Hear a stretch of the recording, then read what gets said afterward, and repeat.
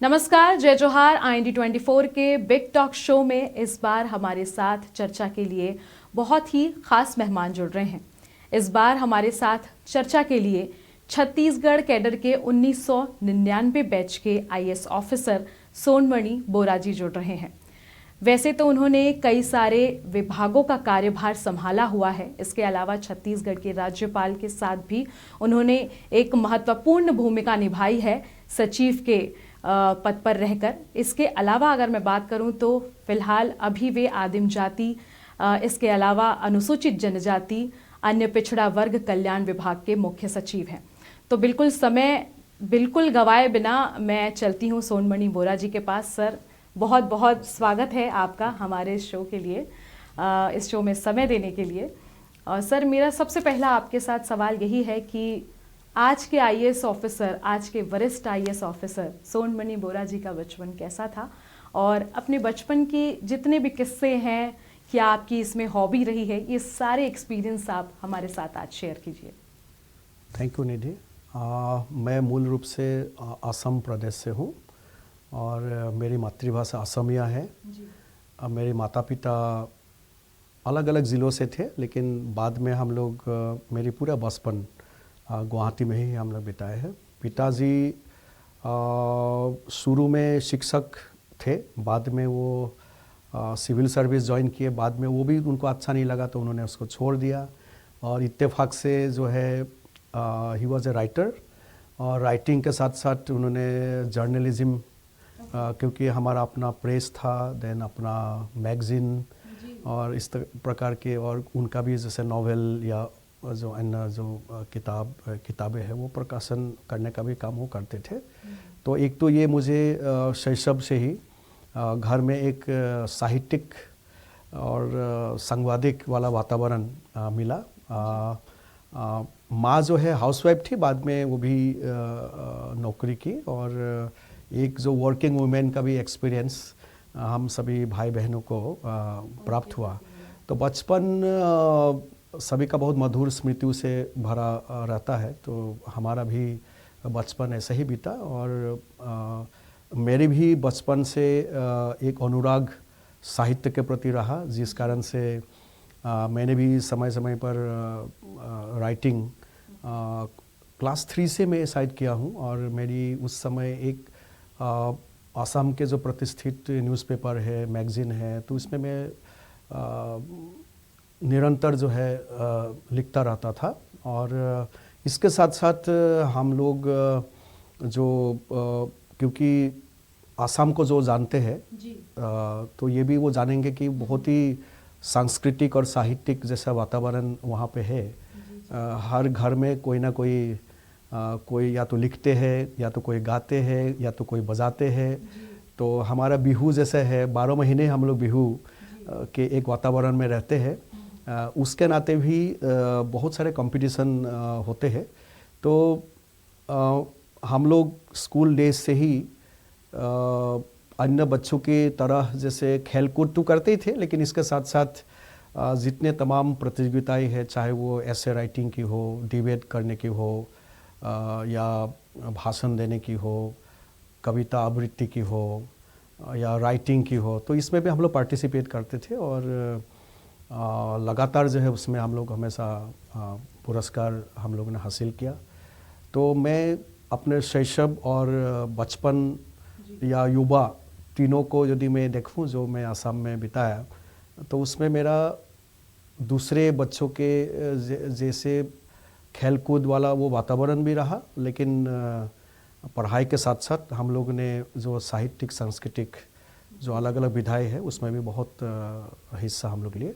बाद में हम दिल्ली में पढ़ने गए उच्च शिक्षा के लिए, और उसके बाद UPSC देने के बाद यहाँ पे मध्य प्रदेश कैडर मिला सबसे पहले। उसके बाद में जब 2000 में दोनों का विभाजन हुआ, मध्य प्रदेश और छत्तीसगढ़ का नवनिर्माण हुआ, तो उस समय छत्तीसगढ़ कैडर आवंटित हुए और हम यहाँ पहुँचे। सर, ये पारिवारिक माहौल आपके घर का कैसा था और कितना सहयोग मिला अपने परिवार से आपको? मैं तो मानता हूँ कि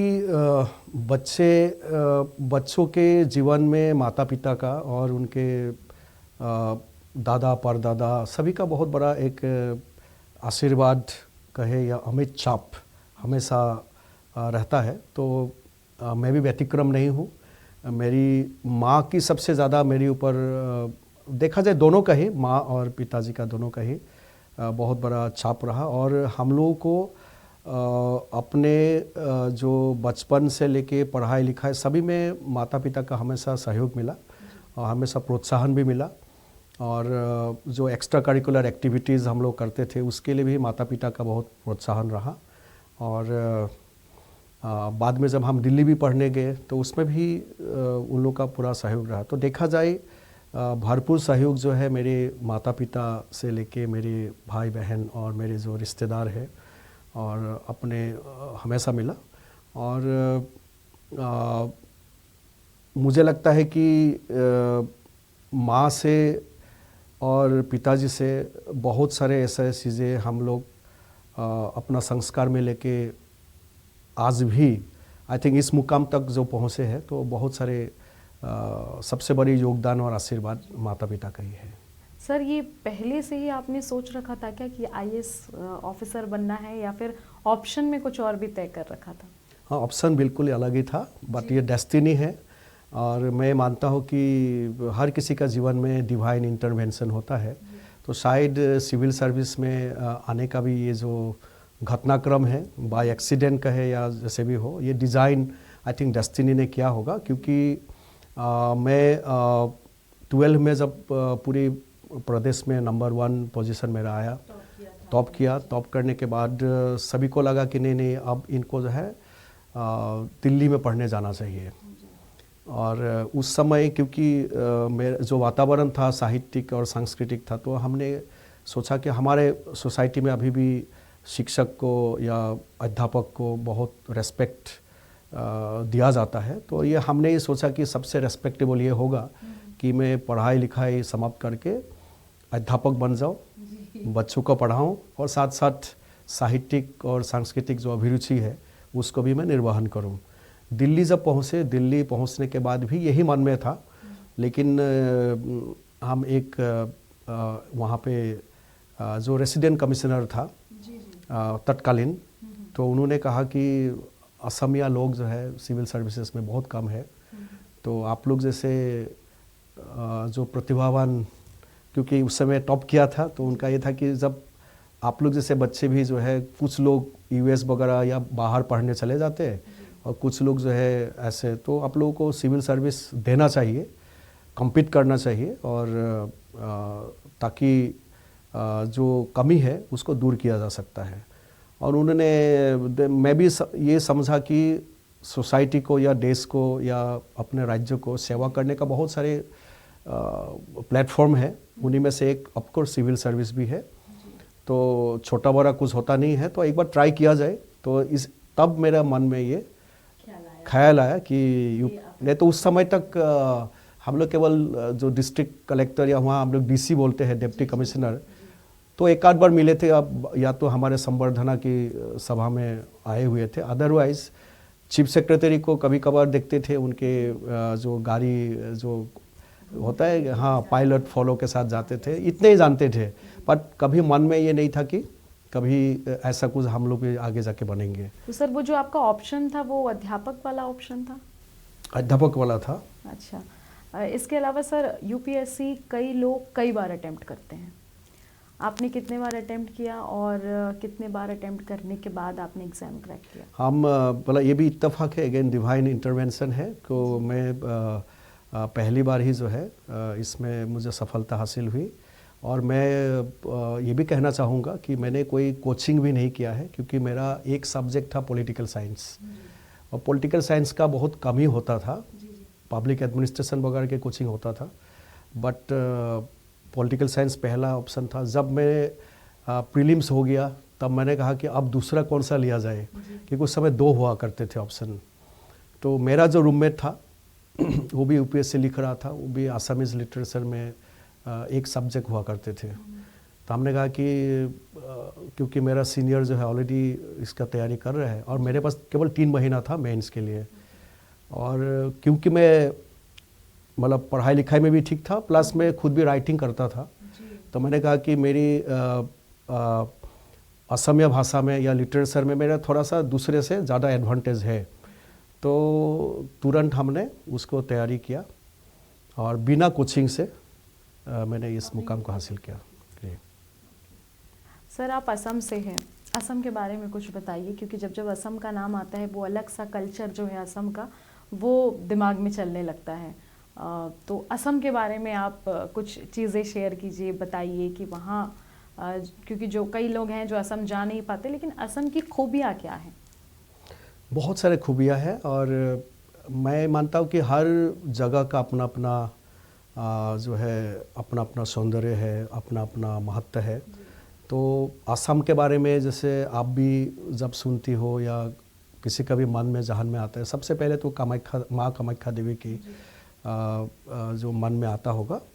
बट असम के बारे में जब हम बोलते हैं, ब्रह्मपुत्र नदी के बारे में, नद, एक्चुअली नदी नहीं बोलूँगा, नद हम बोलते हैं, क्योंकि ये एकमात्र पुरुष रिवर है धरती में जिसको ब्रह्मा का पुत्र हम कहते हैं और मान्यता है। असम प्राकृतिक सौंदर्य के लिए जाना जाते हैं। असम जो है वन हॉर्न राइनो जो गैंडा है, उसके लिए भी लोग काजीरंगा स्पेशली जाते हैं देखने के लिए भी। असम टी के लिए बहुत फेमस है, टी गार्डन्स हमारे बहुत है। असम में आपने ऑयल का भी पहला एक्सप्लोरेशन जो है असम से, डिगबोई से हुआ था। टी गार्डन्स का तो मैंने बताया। असम भूपेन हजारिका के नाम से भी जाने जाते हैं, उनके तो गाने के बहुत लोग दीवाने हैं। और तो इस प्रकार, और असम स्पिरिचुअलिज्म और वैष्णविज्म के लिए भी प्रसिद्ध है। हमारे वहाँ पे आज से 500 साल पहले महापुरुष शंकर देव, तो उनका जन्म हुआ, आविर्भाव हुआ और उन्होंने वैष्णविज्म का एक नई स्वरूप जो है हमें दिया। बहुत लोग को ये मालूम नहीं है कि हमारे जो प्रोज में जो रामायण प्रोज में या गद्य जो बोलते हैं हम लोग, ये एक्चुअली आसाम से बहुत पहले लिखा गया है। ऐसे ही हमारा रामायण भी बहुत पुराना है। हमारे जो शंकर देव ने, उन्होंने दुनिया में, ये भी हम क्लेम कर रहे हैं कि सबसे पहला ड्रामा एक्चुअली वहीं से शुरू हुआ है। और आप लोग सुने होंगे वो जो क्लासिकल जो भावना बोलते हैं हम लोग, अंकिया नाथ भावना, तो ये स्टेज वगैरह तो उन्होंने कल्चरली बहुत कुछ। और हमारे सत्र बोलते हैं हम लोग, मोनास्ट्री, हमारे सत्राधिकार होते हैं, तो इस तरह के बहुत सारे चीज़ें। और अभी औपचारिक रूप से जब बात हो रही थी, आप असम में माजुली गई हुई है। माजुली दुनिया का सबसे बड़ी जो है नदी द्वीप है और माजुली में जो रासलीला होता है, दूर दूर से लोग देखने आते हैं। वहाँ के जो मास्क कल्चर है, जो मुखौटा बनाते हैं और जो यूज़ होता है रासलीला में या भावना में, तो उसके लिए भी प्रख्यात है। तो असम वैष्णविज्म का भी एक बहुत बड़ा प्राण केंद्र रहा है और जहाँ पे निराकार भगवान के उपासक रहते हैं। तो आज भी बड़ी संख्या में, मैं तो नहीं कहूँगा कि 50% से अधिक है, कम है, मुझे अभी मालूम नहीं है, लेकिन अधिकांश लोग जो है शंकर देव को ही मानते हैं। उनका जो शंकरी वैष्णविज्म जो है उसी को मानते हैं। तो आसाम के बहुत खूबियाँ है। आप एक बार जब वहाँ पहुँचेंगे तो आप उस जगह से, वहाँ के लोगों से, लोग बहुत सहज सरल है और सभी लोग या तो गाते हैं, मैंने जैसे बताया, या तो कुछ बजाते हैं, या तो कुछ लिखते हैं। तो हर घर में कुछ ना कुछ गुण से, तो ये बहुत ज़्यादा इमोशनल लोग हैं, सहज सरल लोग हैं, सिंपल लोग हैं, अच्छे लोग हैं। और इसका मतलब ये नहीं है कि मैं कंपैरिजन हम नहीं कर रहे, बट मैं ये बताना चाह रहा हूँ कि आसाम के लोग, आसाम के जो धरती है और आसाम के जो वातावरण है, ये बहुत ही अनोखा है। और ये नॉर्थ ईस्ट का गेटवे भी कहा जाता है, क्योंकि वहीं से बाकी जो नॉर्थ ईस्टर्न हमारे जो स्टेट्स है, अभी हम लोग 7 भाई और 1 बहन सिक्किम को मिला के हम लोग कहते हैं, तो 7 सिस्टर्स एंड 1 ब्रदर की बात है। तो ये जो पूरा क्षेत्र है, सदियों से जो है वहाँ पे काफ़ी जाति उपजाति सबका मिश्रण भी हुआ है। काफ़ी आपसी जो सम्मान या जो इक्वलिटी में लोग बहुत ज़्यादा विश्वास करते हैं। और आसाम या वो पूरा क्षेत्र आप देख लीजिए जो हमारे आदिवासी लोगों के हिसाब से भी बहुत प्रसिद्ध है। और हमारे मतलब जो कास्ट हिंदू है उसके अलावा जो ट्राइबल्स है या अन्य जो लोग हैं, टी गार्डन्स का भी जो लोग हैं, तो आप देखेंगे कि सांस्कृतिक बहुत एक बड़ा गार्डन जो है नॉर्थ ईस्ट में और वो देखने को मिलेगी। और आसाम बिहू के लिए भी फेमस है। बिहू सभी लोग जानते हैं। बिहू का भी देखा जाए कि सभी जो अलग अलग जाति उपजाति है, जनजाति है, उन सभी से उनके डांस फॉर्म के या उसका थोड़ा थोड़ा लेके बिहू एक ऐसा फॉर्म है जिसमें सभी का योगदान है। बहुत सारा ये जो आप बता रहे हैं सर, वहाँ का कल्चर बिहू, आप भी थोड़ा सा गुनगुनाते हैं, तो क्यों ना आप थोड़ा सा गुनगुना कर हमें भी बता दें। हमारे दर्शक भी देखना चाहेंगे कि सर पर्सनल लाइफ में भी, एक प्रोफेशनल लाइफ तो सभी देखते ही हैं, लेकिन पर्सनल लाइफ अलग होती है। तो पर्सनल लाइफ में सोनमणि बोरा जी कैसे गुनगुना रहे हैं, कैसे रहते हैं, थोड़ी सी उसकी झलक भी हम देखना चाहेंगे। बिहू का भी मतलब अलग अलग होता है क्योंकि उसका भी बहुत अलग अलग प्रकार के बिहू का जो गाने हैं वो अलग अलग होता है कुछ। बट मैं शायद लोग इमीडिएटली रिलेट नहीं कर पाएंगे, लेकिन क्योंकि आप गुनगुनाने का ही है, मैं कोई किसी एक जो एक में हाँ मैं एक हिंदी गाना ही गुनगुना देता हूँ जिससे आप लोग सभी लोग रिलेट कर पाएंगे। बस 2 लाइन। जब कोई बात बिगड़ जाए, जब कोई मुश्किल पर जाए, तुम देना साथ मेरा वो हम नवा। न कोई है न कोई था जिंदगी में तुम्हारे सिवा, तुम देना साथ मेरा वो हम नवा। वो 2 लाइन में क्योंकि डॉक्टर भूपेन हजारिका का भी जिक्र हम लोग ने किया, तो जैसे दिल हुम हुम करे एक गाना सभी लोग, तो उसी कोई जो आसामीज वर्सन है मैं 2 लाइन है ना। बुक हम करे मुराय कुने निद्रा हरे मुराय, पुत्र हई मैं की मते तरु आई तुरे हई मैं मरु, बुक हम करे मुराय। तो ये जो गाना है एक बहुत ही हमारे उस समय का शहीद है मनीराम देवान। तो जब अंग्रेज़ों ने उनको जब फांसी पे मतलब लटकाने के लिए ले जाते हैं, तो उस समय ये गाना उस फिल्म के लिए उन्होंने बेसिकली जो मदरलैंड है जिसको हम लोग आई बोलते हैं, माँ बोलते हैं, तो उन्हीं के लिए ही ये डेडिकेटेड सॉन्ग है।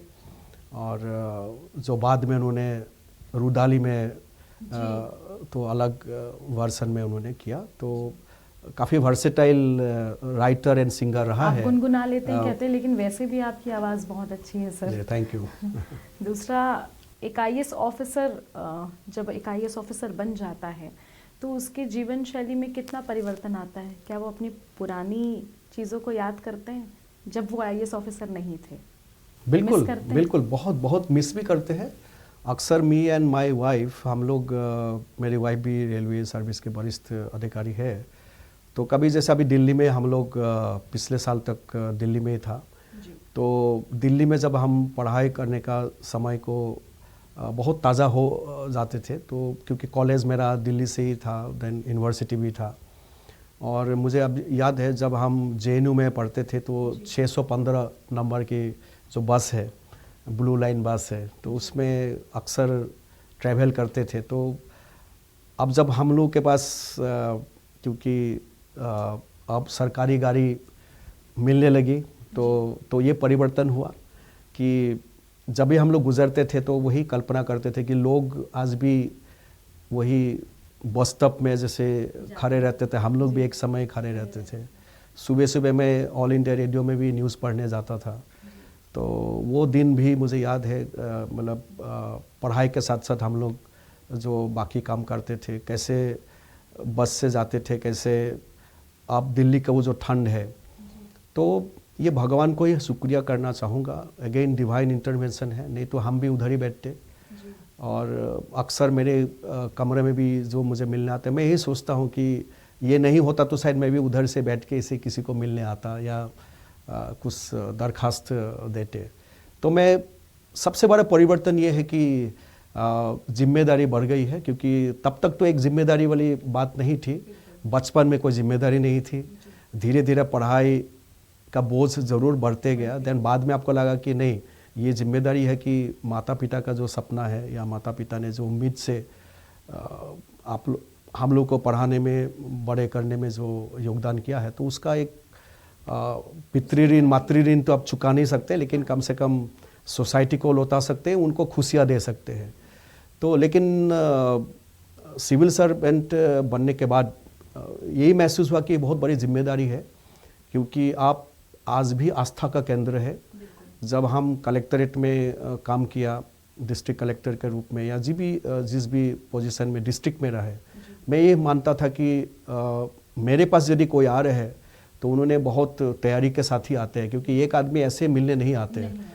मैं उन लोगों के बारे में नहीं बोल रहा हूँ जो बहुत सिफारिश से या बड़े लोग हैं या धनाढ्य है, उनके बारे में नहीं बोल रहा हूँ, पर जो आम लोग हैं, जो 90% लोग हमको आम लोग ही मिलने आते हैं, उन्हीं का ही दिक्कतें हैं, उन्हीं का ही समस्याएं हैं। तो एक आस्था, एक होप लेके हमारे पास आते हैं। तो कोशिश मैं अपने अधीनस्थ को भी यही कहता था कि ये आस्था को कभी तोड़ना नहीं है, बिकॉज ये एक इंस्टीट्यूशन है।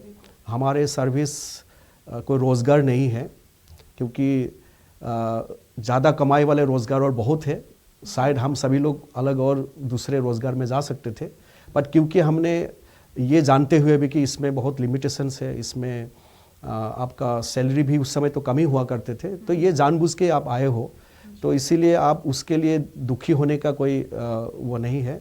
पर ये सेवा करने का एक बड़ा माध्यम है, और जनता रूपी जो भगवान है, उनका सेवा करना, जो वॉइसलेस है, जो डाउन ट्रोडन है, जो पुअर है, जो जिसका और कोई सिफारिश करने का कोई जरिया नहीं है, तो ऐसा लोगों को सेवा करने का जो मौका है, तो ये बहुत बड़ा एक प्लेटफॉर्म है, बड़ी जिम्मेदारी है। तो उसी को ही ध्यान में रखते हुए हमने इतने सालों में कोशिश किया है कि लोगों को न्याय दिलाऊं। जो आज हो सकता है काल के लिए मैं उसको नहीं टालूं या नहीं रोकूं, मैं किसी का उसमें रुकावट ना बनूं, और मैं यदि किसी का भला नहीं कर पा रहा हूं या कर सकता हूं, कम से कम उनका बुरा ना करूं मैं। तो यही मैंने हमेशा कोशिश में रखा है। तो ये बहुत बड़ा परिवर्तन है, और क्योंकि जिम्मेदारी के साथ साथ आपको अंदर से भी एक एहसास जो है होता है कि आप एक सेवा के माध्यम आप बन रहे हैं, और तो वो किसी भी पोजीशन में हो, हर पोजीशन में आप यदि इतना महसूस करते हैं, इतना समझ लेते हैं, मुझे लगता है बहुत सारे रास्ता अपने आप निकल आता है, समस्याओं का समाधान भी होता है, और लोगों का जो आशीर्वाद है, इससे बड़ी पुरस्कार, इससे बड़ी ताकत कहे और कुछ नहीं हो सकता। सर, छत्तीसगढ़ की अगर मैं बात करूं तो आप कई ज़िलों में एज एन मजिस्ट्रेट, इसके अलावा कलेक्टर के रूप में अपनी सेवाएं दे चुके हैं। इसके साथ साथ आपने राज्यपाल के सचिव जैसी महत्वपूर्ण भूमिका भी अदा करी है। ये पूरा एक्सपीरियंस कैसा रहा सर आपका? बहुत ही मतलब अभूतपूर्व और कल्पना से बाहर, और हर दिन जो है मेरे लिए मैं बहुत डेस्टिनी को बिलीव करता हूँ, तो मैं तो मानूंगा कि भगवान का ये बड़ा बोनस है। और जब मध्य प्रदेश मिला, थोड़ा सा दुखी हुआ था, क्योंकि हम लोग उस समय एक्सपेक्ट करते थे कि अपने मातृभूमि में जाके, आसाम में ही जाके मैं सेवा दूं, लेकिन मध्य प्रदेश आके बहुत अच्छा लगा। लेकिन कुछ दिन बाद फिर से छत्तीसगढ़ आवंटन हुआ, तो फिर से बहुत लोगों ने डराया कि पता नहीं छत्तीसगढ़ आप जा रहे हैं कैसा है क्या है, लेकिन यहाँ जब मैं आया तो उस दिन को मैं आज भी जब याद करता हूँ पीछे की ओर जो मोड़ के देखता हूँ कि ये बहुत ही गोल्डन पीरियड रहा है। जिस तरह के लोगों का प्यार स्नेह और उनका मार्गदर्शन आशीर्वाद मुझे यहाँ मिला है, जिस प्रकार के काम करने का अवसर मुझे यहाँ प्राप्त हुआ है, जिस प्रकार के एक नई राज्य के नवनिर्माण में मुझे भी योगदान करने का जो मौका मिला है, एक्सपोजर मिला है, अलग अलग असाइनमेंट मिला है, यहाँ के जनप्रतिनिधि, यहाँ के लोग, यहाँ के सभी का जिस प्रकार से सहयोग भागीदारी प्राप्त हुआ है, तो मैं इसको गोल्डन पीरियड ही मानूंगा। और सभी ज़िलों में सभी जहाँ जहाँ मैं रहा तो अपार स्नेह रहा। और विशेषकर मेरे 3 बच्चे हैं, तीनों बच्चे यहीं का ही पैदाइश है। और तो जीवन का एक मेरा अभी 26 ईयर रनिंग है, तो जीवन का 25 साल एक ही जगह आप जब निकाल देते हैं तो मातृभूमि और कर्मभूमि दोनों में कोई अब फर्क नहीं है, अंतर नहीं है। तो जो एक शुरू में लगा था ना कि आसाम जा नहीं पाए, लेकिन उसका कंपेंसेशन भगवान ने इतना भरपूर किया है कि मुझे अब कोई आक्षेप नहीं है। मैं गौरव भी महसूस करता हूँ, साथ साथ मैं ये भगवान का शुक्रिया अदा करता हूँ कि ये आशीर्वाद है कि छत्तीसगढ़ जैसा एक प्रांत में सेवा करने का मुझे मौका मिला। बहुत एक अच्छी बात कही सर आपने कि आप सब चीज़ के लिए ऊपर वाले के ऊपर उनकी चीज़ों को मानते हैं और एक्सेप्ट कर रहे हैं। दूसरी बात मैं ये पूछना चाहूँगी, कुछ ऐसी चीज़ें हैं जिनको लेकर आपको पुरस्कृत किया गया है। मनरेगा की अगर मैं बात करूँ, वो योजना बहुत चर्चित रही है सर, उसके लिए आपको राष्ट्रीय पुरस्कार से नवाजा गया है। किस तरीके की प्लानिंग थी सर, आपने कैसे ये पूरी प्लानिंग की थी, कैसे सोचा था? जी, मतलब मनरेगा उस समय प्रारंभ ही हुआ था और हम लोगों ने विशेषकर जो क्योंकि रायपुर ज़िला के लिए भी मुझे मिला और बिलासपुर ज़िले के लिए भी मिला, हम लोगों ने विशेष जो ध्यान यही दिया था कि जो ड्यूरेबल एसेट्स है, मतलब आप रोज़गार सीजन के साथ साथ ऐसा कुछ काम भी हो जो लंबी समय तक जो है सभी को उपयोग में लाया जा सकता है। कोविड काल में इसने बहुत सहायता की। कोविड काल में तो बहुत ज़बरदस्त, उस समय में तो लेबर सेक्रेटरी और कमिश्नर था। तो मुझे मालूम है कि लोग जो बाहर से भी आ गए थे और यहाँ पे जो आबद्ध हो गए थे, तो उनके लिए काम मिलना कितना बड़ी बात थी। जब एक जिससे उनको आत्मविश्वास भी मिला, कुछ रोज़गार भी मिला, क्योंकि उनका रोज़गार चले गए थे, बाहर से भी लोग वापस आ गए थे। तो मनरेगा में उस समय जब रायपुर ज़िला और बिलासपुर में यही कोशिश था कि ड्यूरेबल एसेट क्रिएट हो और जो समाज का भी काम आए और जो गांव का भी काम आए। दूसरा हम लोगों ने जो बड़ी काम हमने उस समय किया, दैट इज़ जो लाइनिंग का काम है, जो इरिगेशन फैसिलिटी के विस्तार में मनरेगा का काफ़ी जो है उस समय हम लोगों ने उसमें किया। सुदूर जैसे कवर्धा जैसे जगह में या बिलासपुर जो अविभाजित बिलासपुर के पंदरिया मरवाही उस क्षेत्र में जहाँ पे बिहौर जंगल है या पहाड़े है, उसमें जैसे कुएं बड़ा उपयोगी है। तो मनरेगा से कुएं बनाने के काम, ये सारा और ये जितना हमारे नहर है उनका लाइनिंग का काम, ताकि पानी बचे और टेल एंड में जो बसे हुए गांव हैं वहाँ तक मिले। तो उस प्रकार के ड्यूरेबल बहुत बड़े बड़े जलाशय का जीर्णोद्धार का काम और उस प्रकार के काम। और उसी समय आपकी निर्मल ग्राम योजना भी आई थी। तो मुझे जहाँ तक याद है कि बड़े बड़े वृक्षारोपण का काम, तो ये सब काम हम लोग मनरेगा से उस समय करने की कोशिश किया। और अभी भारत सरकार में जब हम रहे तो मैं रजिस्ट्रेशन रिलेटेड काम भी देखता था, रजिस्ट्रेशन एक्ट को भी देखता था। अभी हम लोगों ने जो छत्तीसगढ़ में भी अभी लागू हुई है नई प्रणाली, जो रजिस्ट्रेशन जो ज़मीन खरीदी बिक्री होता है, उसके अलावा जो डीड्स है जिसका रजिस्ट्रेशन होता है रजिस्ट्रेशन ऑफिस में, उसका national generic document registration system NGDRS हम लोग कहते हैं। तो वो सिस्टम को भी हम लोग ने ईजाद किया और आज लगभग सभी स्टेट में और सेंट्रल गवर्नमेंट द्वारा शासित प्रदेश में इसको लागू हो गया है NGDRS सिस्टम, जिसके लिए हम लोगों को 2021-22 में प्रधानमंत्री के पुरस्कार भी हमारे टीम को प्राप्त हुआ। सर, ये आदिम जाति के बच्चों के लिए आपने एक उड़ान योजना बनाई है और उस योजना के तहत उन्हें मुफ्त में अंग्रेज़ी की शिक्षा दी जा रही है। इसके अलावा क्या क्या है इस योजना में, कितना कारगर साबित हो रहा है ये योजना बच्चों के लिए?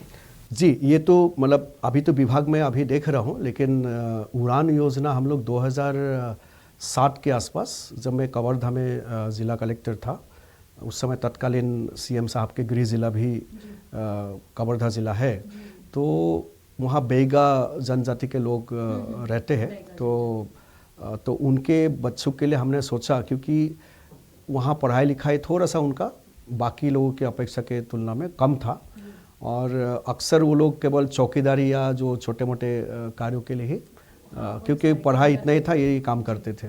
तो हमें लगा कि इन बच्चों को भी आगे बढ़ाने की बहुत आवश्यकता है, और क्योंकि वो लोग हिंदी में भी बात करने में या पढ़ने में संकोच करते थे, और वो स्वाभाविक है, क्योंकि उनका जो घर का परिवेश या माहौल है तो वो उस हिसाब से नहीं है।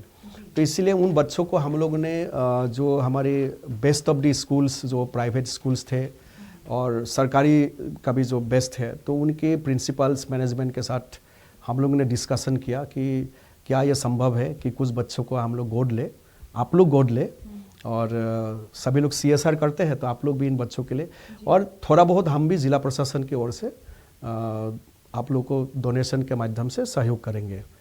तो दैट्स हाउ ये पूरा प्रोग्राम हम लोगों ने बनाए, और बेगा बच्चों से शुरू हुआ, बाद में हम लोग बिलासपुर ज़िले में इम्प्लीमेंट किया, यहाँ पे भी रायपुर ज़िले में भी किया, जो कमार भुंजिया के हमारे बच्चे हैं, पहाड़ी कोरबा के लिए हम कोरबा ज़िले में भी किया।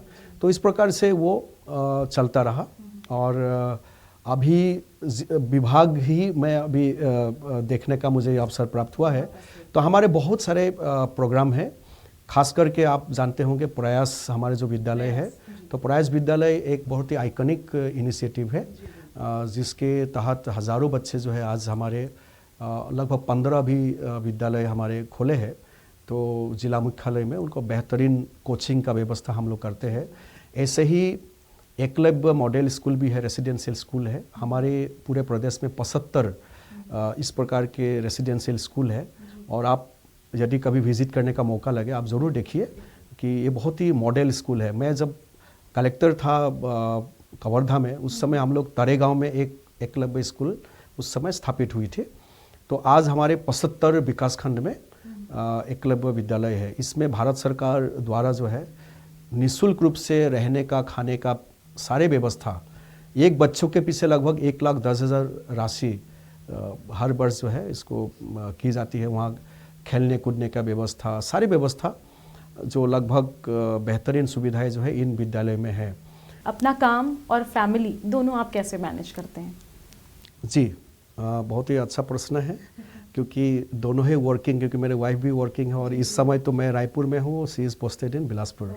तो बच्चों को तो अब तो खैर बच्चे बड़े होंगे, लेकिन जब छोटे रहते हैं तो उस समय उनको ज़रूर इफ़ेक्ट होता है ना, इम्पैक्ट भी पड़ता है। बट हम दोनों ने ये कोशिश किया है कि क्वालिटी टाइम हम दें, और quality time in the sense evening को अधिक से अधिक हम लोग, बच्चे भी उसी हिसाब से ढाल लेते हैं खुद को, और कुछ चीज़ें तो नुकसान भी उनका हुआ ही है, बट हम कोशिश ये करते थे कि अधिक से अधिक समय जब भी मौका मिले हम ज़रूर उनको दें, क्वालिटी टाइम दें। और हम लोग समय समय पर मूवीज़ वगैरह देखने का भी शौक़ है, तो बच्चों के साथ, क्योंकि वो भी एक समय दोनों का बीत जाता है।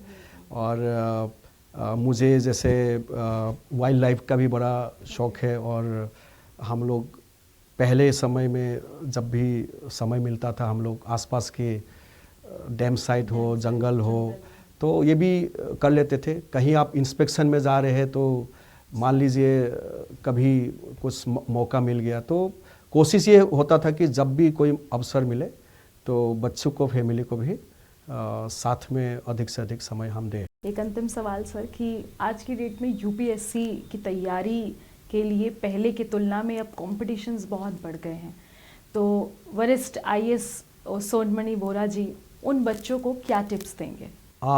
देखिए, मतलब अपने मेहनत का कोई विकल्प नहीं है, मेहनत तो खुद को ही करना पड़ेगा, क्योंकि आज ये भी बात सही है कि समय के साथ ऑनलाइन आप पढ़ाई लिखाई कर सकते हैं, यूट्यूब है, गूगल है, आपके पास बहुत सारे साधन बहुत है, अच्छे अच्छे कोचिंग सेंटर है, और आज तक जैसे अभी रायपुर बिलासपुर में भी अच्छा कोचिंग का व्यवस्था हो जाती है, नेटवर्किंग अच्छा हो जाता है, लेकिन उसके बावजूद जो मेहनत है वो खुद को ही करना है, आप उसको डेलीगेट नहीं कर सकते हैं।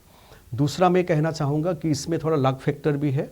मैं किसी को निरुत्साहित नहीं करना चाह रहा हूँ, लेकिन क्योंकि 5-10 लाख बच्चे जिसमें अपीयर होते हैं तो आपको एक समय आपको टाइमलाइन बना लेना चाहिए कि मुझे 2 साल या 3 साल ही इसमें देना है, और यदि नहीं होता है तो प्लान बी मेरा ये होना चाहिए। जैसे मेरे क्षेत्र में मैं तो प्रोफेसर बनना चाहता था, बन गया मैं इधर, तो मेरे पास वो ऑप्शन था ही, तो मैं नहीं तो किसी कॉलेज में यूनिवर्सिटी में जाके पढ़ाता, क्योंकि मैं JRF भी क्लियर कर लिया था, तो बहुत कुछ मेरे पास ऑलरेडी क्वालिफिकेशन था जिससे मैं कुछ ना कुछ टीचिंग लाइन में जा सकता था। तो मेरी यही सुझाव रहेगा कि अपना स्ट्रेंथ को समझे, अपना वीकनेस क्या है तो उसका आकलन करते हुए ऑप्शन को भी उसी हिसाब से लेना चाहिए। और आजकल तो एक ही ऑप्शन है, बट अभी उसका जो प्रक्रिया और जो ये है, प्रक्रिया तो वही है क्योंकि आपको 3 स्टेप में ही तैयारी करना है, बहुत लंबा है। मैं ये चाहूँगा कि फिजिकली फिट रहे, क्योंकि बहुत लोग ऐसा भी है कि सही समय पे बीमार पड़ जाते हैं, देन वो लिख नहीं पाते या इंटरव्यू दे नहीं पाते हैं। तो क्योंकि 1 साल लगता है इसका तैयारी करने में, देन आपको फिर से देने में भी 1 साल लगता है, तो कम से कम 2 साल तो मिनिमम, 2 से 3 साल मिनिमम आपको चाहिए। बट आपको इतना अंदर में ये होना चाहिए कि नहीं इसके आगे मुझे नहीं देना है। नहीं तो बहुत लोगों को जुनून हो जाता है, तो मैं वो कहूँगा कि जुनून it's a very thin line actually. आप समझ नहीं पाते कि कब आपका प्लान बी और सी भी निकल गया है हाथ से, तो वो समय रखना चाहिए। क्योंकि और ये ऐसा चीज़ है कि माता पिता और अपने जो करीबी लोग हैं उनके साथ अच्छे से डिस्कस करके अपने आत्मविश्वास के साथ उसको करें। और जिनको देना है, मैं मानता हूँ कि थोड़ा पहले से थोड़ा दिमाग में इसको ले लेना चाहिए, क्योंकि mental preparation is more important, क्योंकि तब आपका 50% काम हो जाता है if you are mentally very strong. चाहे वो क्रिकेट की गेम हो, चाहे वो UPSC की वो हो, चाहे आपका जॉब हो, हर जगह मेंटली स्ट्रॉन्ग रहना बहुत ज़रूरी है। तो यदि वो मेंटली स्ट्रॉन्ग है और अपने काम को ईमानदारी से करे, तो आई कैन से कि 95% सफलता उनको होगी। 5% लक फैक्टर का भी मैं ये कहना चाहूँगा कि ये आपका माता पिता, दादा परदादा, आपका जो बुज़ुर्ग है और आपके लोगों से जितना आप कलेक्ट कर सकते हैं आशीर्वाद, आई थिंक वही लक फैक्टर है। कुछ आप पिछले जन्म से लेके आते हैं, कुछ इसी जन्म में आपको लेना है। अक्सर हम भूल जाते हैं क्योंकि आज अनेक कारणों से बच्चों को ये मालूम नहीं, लेकिन लक फैक्टर भी एक बहुत ज़रूरी चीज़ है। इसीलिए थोड़ा स्पिरिचुअलिटी से थोड़ा जुड़े रहे, अपने बुज़ुर्गों से, अपने माता पिता से उनका आशीर्वाद ज़रूर लीजिए, तो वही आपको दूसरे से अलग करेंगे। और बाकी आप जो बोलते हैं ना सब कुछ छोड़ के इसी का ही तैयारी करना है, ये मैं नहीं कहूँगा, लेकिन न ही सुप्तस्य सिंहस्य मुखी प्रविशन्ति मृगाः। तो आपको तो मेहनत करना होगा और वो मेहनत ईमानदारी से करना होगा।